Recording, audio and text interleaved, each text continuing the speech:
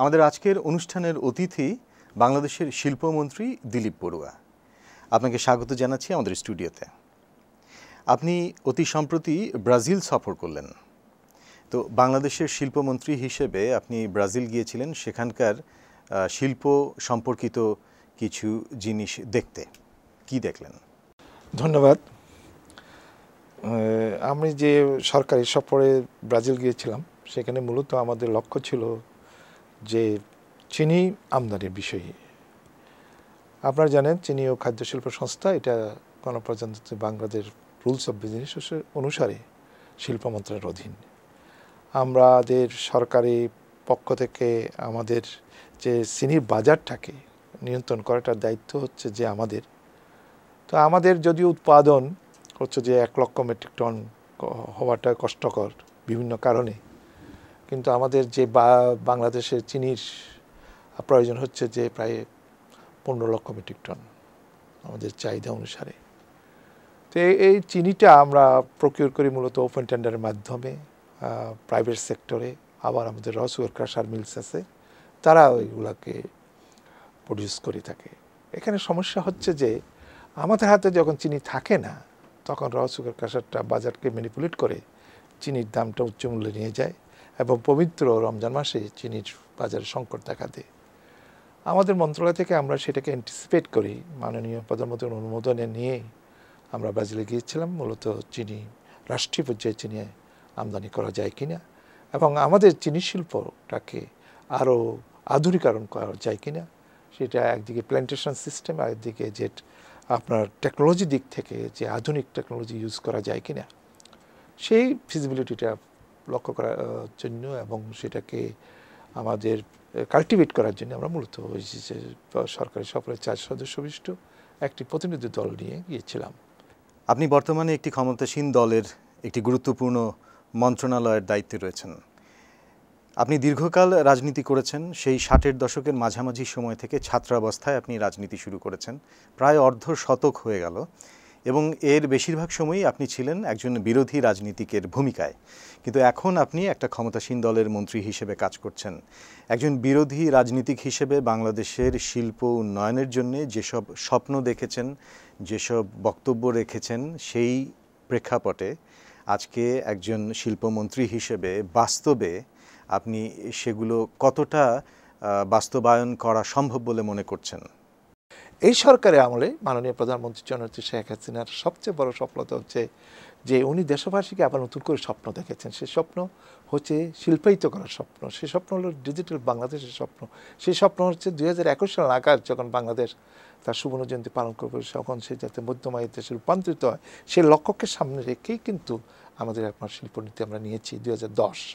এবং এই শিল্পনীতিতে আমরা প্রাইভেট সেক্টরকে থার্ড সেক্টর হিসেবে বিবেচনা করেছি এবং আরও বিভিন্ন যে সেক্টরগুলোকে আমরা নিয়েছি, যেমন জাহাজ শিল্প, জাহাজ শিপ ব্রেকিং, তা ওষুধ শিল্প, লেদার শিল্প, প্লাস্টিক শিল্প, তারপর আজকে বিশ্বে যেটা সবচেয়ে বেশি আলোচিত হচ্ছে আরএমজি, যেটা পোশাক শিল্প নামে খ্যাত, অ্যাগ্রোভেজ ইন্ডাস্ট্রি, এই জিনিসগুলোর উপর আমরা থার্ড সেক্টর হিসেবে দিয়েছি এবং সেইটা অগ্রসর হচ্ছে।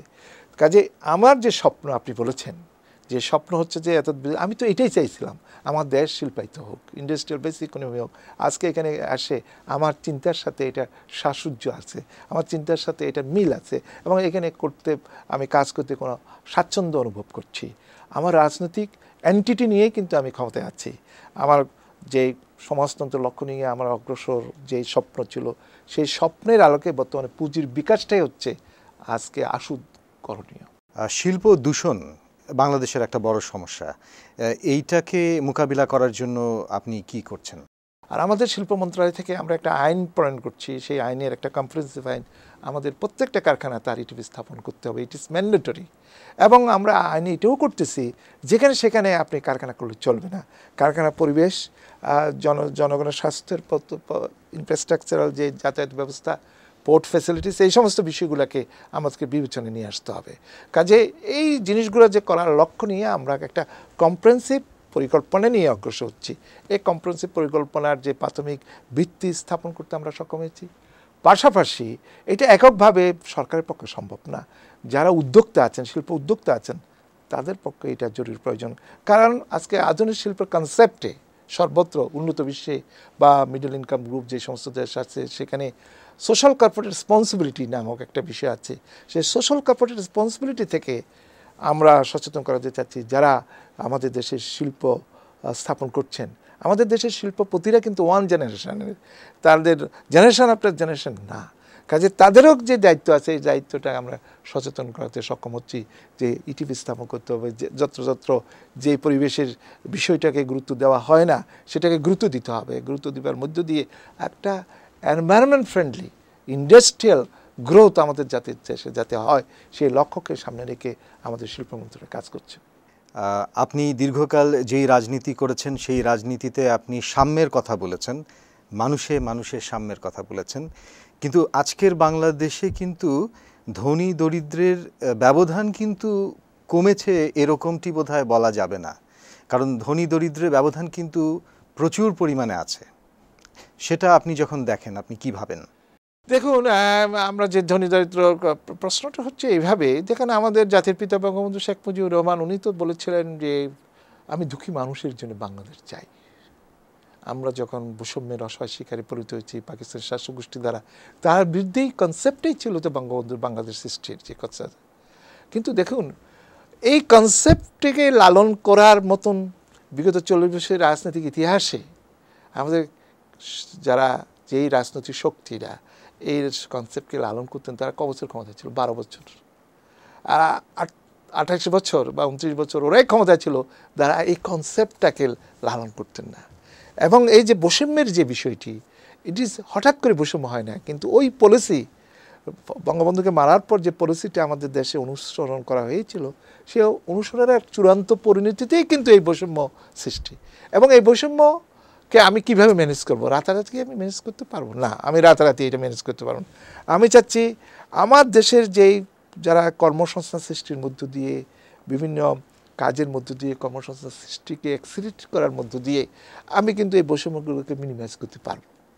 এবং এই বৈষম্যগুলোকে যতটুকু মিনিমাইজ করতে পারবো, আমাদের যে অন্ন বস্ত্র চিকিৎসা শিক্ষা বাসস্থান একটা লোকের যে মৌলিক অধিকার, এই মৌলিক অধিকারগুলোকে যদি আমি অ্যাড্রেস করতে পারি তাহলে এই যে পাবলিক সবাই যে বড় হবে এটা পাবলিক কিন্তু কোনোদিন চিন্তা করে না। তার নেসেসিটি যে তার ছেলে লেখাপড়া যাবে, প্রপার এডুকেশন হবে, স্বাস্থ্যের প্রশ্ন হবে, তার মাথা গোঁজার স্থান হবে, একটু ভালোভাবে স্বাচ্ছন্দ্য কোনোভাবে চলবে, 3 বেলা পেট ভরে খেতে পারবে, এই বেসিক রিকোয়ারমেন্টসগুলা আমাদের মনে হচ্ছে যে আমাদের মাননীয় প্রধানমন্ত্রী জননেত্রী শেখ হাসিনার নেতৃত্বের সরকার আমরা সোশ্যাল সেফটি নেটওয়ার্ককে যেটাকে আমরা করতে পারছি অন্তত আমরা এতটুকু করতে পারবো। এতটুকু যদি আমরা করতে পারি তাহলে আমরা বলবো স্বাধীনতার 40 বছর পর আমরা অগ্রসর হচ্ছি। আপনি রাজনৈতিক স্থিতিশীলতার গুরুত্বের কথা বলছেন। বাংলাদেশে সাম্প্রতিককালে কয়েকজন মর্মান্তিক সড়ক দুর্ঘটনায় নিহত হয়েছেন, তাদের মধ্যে আছেন আশফাক মুনির, তাদের মধ্যে আছেন তারেক মাসুদ। সাম্প্রতিককালে একজন সৌদি কূটনীতিক নিহত হয়েছেন, সাম্প্রতিককালে 2জন সাংবাদিক নিহত হয়েছেন তাদের বাসায়, এবং এগুলোর প্রতিক্রিয়ায় সরকারের পক্ষ থেকে প্রধানমন্ত্রী সহ যে ধরনের প্রতিক্রিয়া এসছে তাতে মনে হচ্ছে যে সরকার এগুলোর ক্ষেত্রে তেমন একটা দায়িত্ব নিতে চাইছে না। আপনি এটাকে কিভাবে দেখেন? দেখুন, বিষয়টা হচ্ছে যে এরকম যে আশফাক মুনির বা যারা মারা গিয়েছেন যে সব দম্পতি, এদের সাথে আমাদের পার্সোনাল রিলেশন, সেটা আমরা যখন আন্দোলন করতাম তখন তাদের সাথে পরিচয় ছিল, তারা সবসময় আমাদের একটা পার্ট অফ আওয়ার লাইফ ছিল। বা আপনি সৌদি রাষ্ট্রদূত যে কথা বলেছেন, তার যে কোনো এই জাতীয় হত্যাকাণ্ড আমাদের কাছে অনাকাঙ্ক্ষিত, অনভিপ্রেত এবং নিন্দনীয় যে বিষয়টি। এখন আমাদের সরকারের পক্ষ থেকে আমরা আন্তরিকতার কিন্তু অভাব না, আমরা চেষ্টা করছি, আশা করি আমাদের এই ব্যাপারে আমরা সফল হব, সরকার সফল হবে, যাতে যারা এই খুনের সাথে জড়িত এবং তদন্তের মধ্য দিয়ে রহস্য উদ্ঘাটন করে এবং জনসমক্ষে হয়তো সময় বেশি লাগতে পারে কিন্তু এটা মুখোশ উন্মোচন করা সম্ভব হবে। দিলীপ বড়ুয়া, আপনাকে অসংখ্য ধন্যবাদ আমাদের স্টুডিওতে আসার জন্য। ধন্যবাদ আপনাকেও, আপনাদের মাধ্যমে ভয়েস অফ আমেরিকার অগণিত শ্রোতা দর্শককেও আমার পক্ষ থেকে অনেক অভিনন্দন জানাচ্ছি।